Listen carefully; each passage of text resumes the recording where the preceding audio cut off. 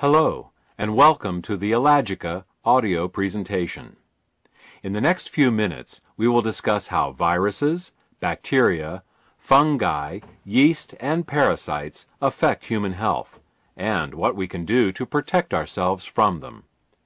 This entire project was actually inspired by a phone call I received from my wife when she was visiting her parents several thousand miles away.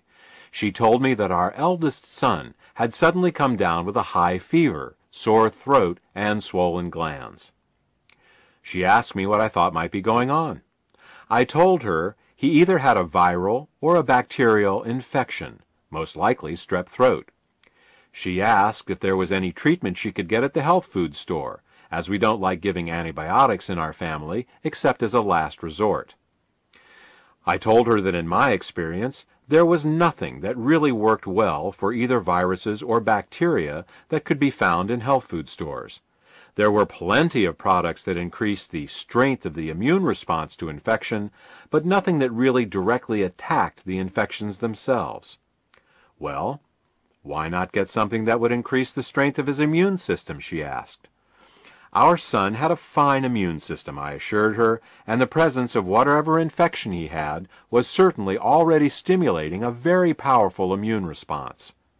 Taking herbal extracts to increase the activity of his immune system would do nothing, as it was already on high alert, churning out antibodies, natural killer cells, white blood cells, and all the assorted immune agents that were appropriate for whatever infection he had. My wife was puzzled. I explained that all the products you find on the shelves of the health food store for colds and the immune system were beneficial to people with weak immune systems to begin with.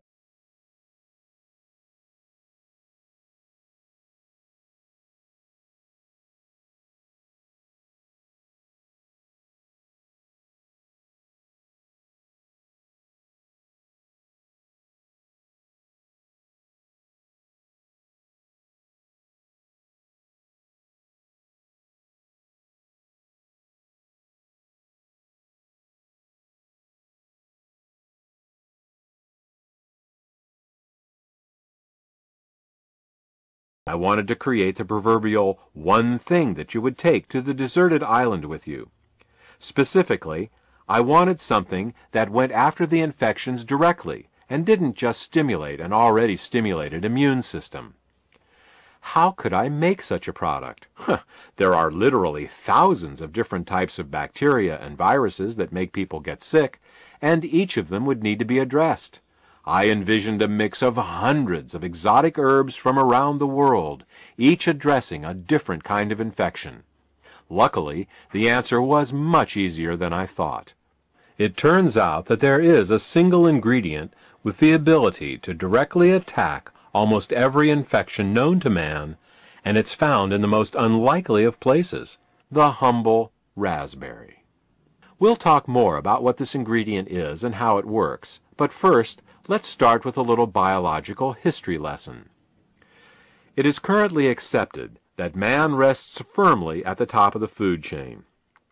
Unless we wander into the African jungle to be confronted by a lion, or go swimming in the mid-Atlantic and come face to face with a great white shark, we fear no animal. Even in these cases, we have technology to make us safe. We have guns to shoot lions and steel cages should we wish to get close to a man-eating shark and live to tell the tale. This invulnerability to other life forms is, however, an illusion. There are millions of creatures that have been feeding on us, and often killing us since the dawn of time. I'm speaking, of course, not of large and fearsome beasts with claws and fangs, but the tiniest of God's creatures. I'm talking about viruses, bacteria, fungi, yeasts, and parasites.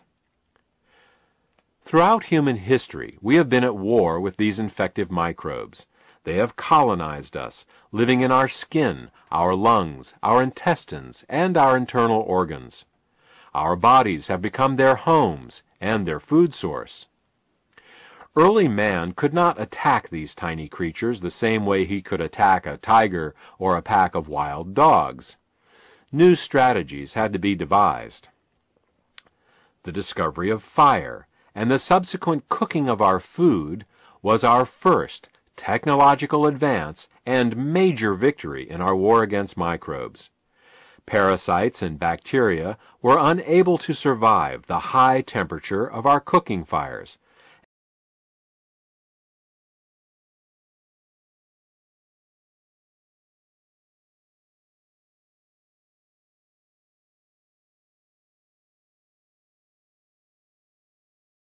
The body rid itself of certain infections. This body of knowledge was first learned by watching what plants sick animals would eat to regain their own health, and represents the true origins of modern medicine. The next advance was the domestication of cats. Cats helped us by hunting down the rats and mice that were attracted to the food and garbage of our settlements. In communities where cats were unknown, rat and mouse populations grew unchecked and were impossible to eradicate. The rats and mice themselves were not the problem. Certainly they were a nuisance, but the real danger they represented came from the infections they carried. In 1347, the Black Plague, a disease carried by rats and mice, killed 1/3 of the population of Europe. Better sanitation, plumbing, and refrigeration were the next major advances in our war against microbes. Piles of garbage in early human settlements attracted swarms of flies and other disease-carrying insects. Instead of human waste and refuse being thrown out of the window onto the streets, indoor plumbing and garbage removal services were instituted. This resulted in a decrease in the number of these disease-carrying insects in and around our homes and places of work. Hot and cold running water made clothes and bedding easier to wash on a more regular basis, minimizing the mites and molds that made our blankets their staging ground for a nightly assault on our skin. Finally, refrigeration, first through the use of river ice, then dry ice, and finally modern refrigeration systems, slowed the growth of mold and bacteria on our food. All of these advances moved us forward. The most recent major advance was, of course, the discovery of antibiotics by Alexander Fleming in 1929. By observing that certain molds killed certain bacteria, he was able to discover penicillin. This led to both a deeper understanding of bacteria in general and also to an entire industry dedicated to searching out new and more effective ways to kill bacteria.